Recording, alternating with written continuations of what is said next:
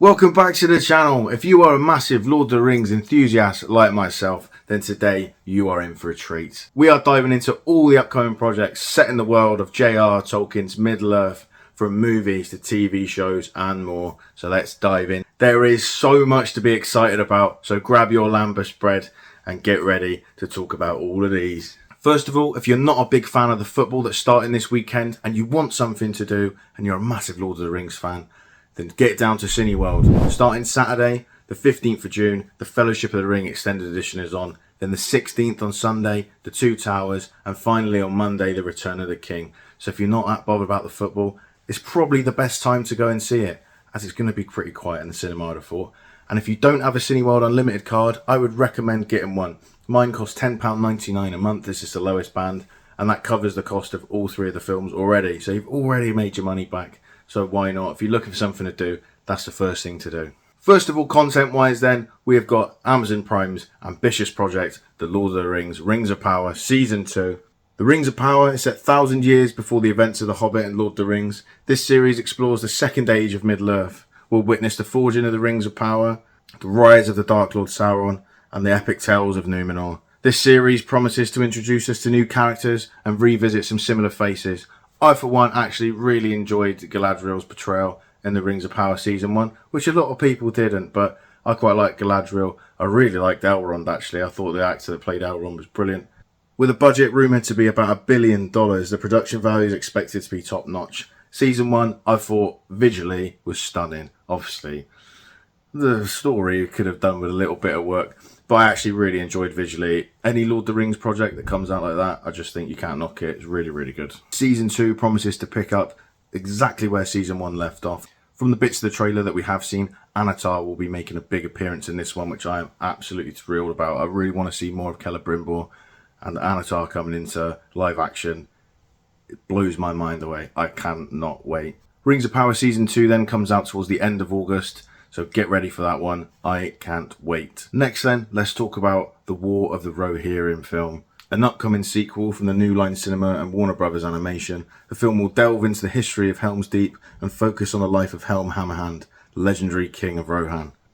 Set several hundred years before the events of The Lord of the Rings, the film promises to add rich backstory to one of the most iconic locations in the series. Directed by Kenji Kamiyama, known for his work of Ghost in the Shell, Standalone Complex, the animation is bound to be spectacular. I've seen a little bit of footage of this, and it's in an anime format, and I think it actually looks really, really cool.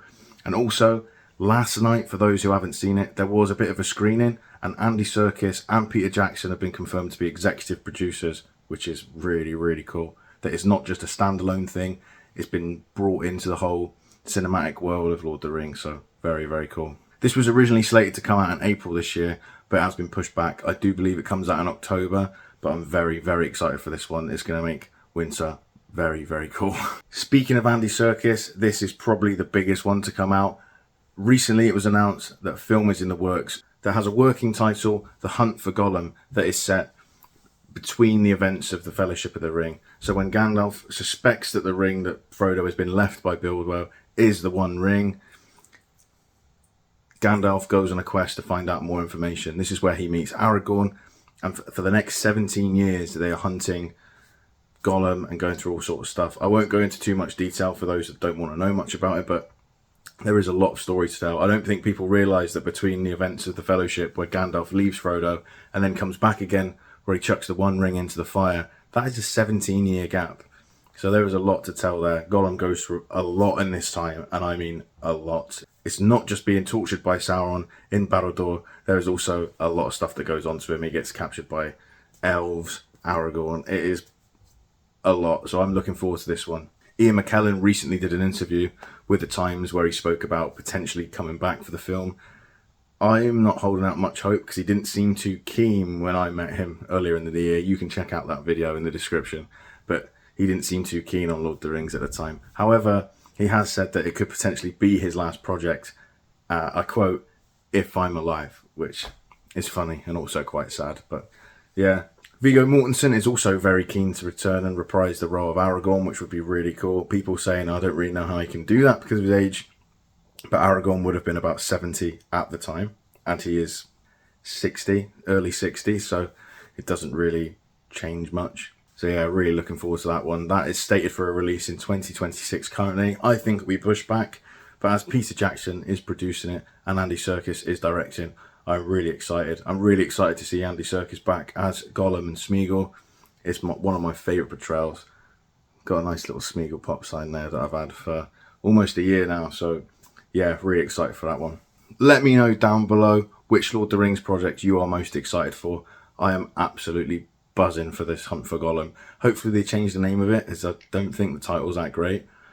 But I'm really looking forward to that film and how it's done. And I cannot wait for Rings of Power Season 2. I think I'm one of the only ones because a lot of people hate it. But just seeing more from Middle-earth and the way that it's shot, I just think it's visually beautiful. And I'm looking forward to see what they do with it. Thank you for watching. I will catch you in the next one. Ta-da.